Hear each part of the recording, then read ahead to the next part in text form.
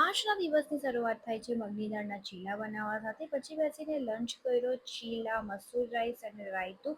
અને પછી એના સાથે હું તૈયાર થવા લાગી કેમ કે આજે મારે રીલ્સ બનાવવાની હતી જે સનસ્ક્રીનની હતી. તો પહેલાં લાઇટનું સેટઅપ કર્યું, રીલ્સ બનાવી, રીલ્સ એડિટ કરી.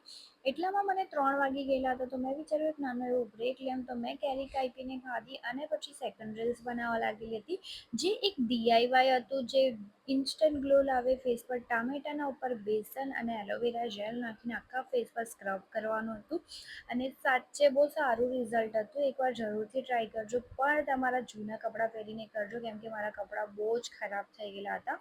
અને પછી સાંજે કુકીના વોકનો ટાઈમ થયો હતો તો વોક કરાવ્યું અને આજે સારું એવું ધૂપ આવેલું હતું. પછી ઉપર આવીને ચા પીધી અને આજે હું ડિનરમાં બનાવવાની હતી વડાપાઉં અને કાંદાના ભજીયા. તો બસ પહેલાં વડા ફ્રાય કર્યા, કાંદાના ભજીયા ફ્રાય કર્યા, પછી પાવ કટ કર્યું, બટર લગાવ્યું, વડા મૂક્યા, મરચાં સાથે ખાધા.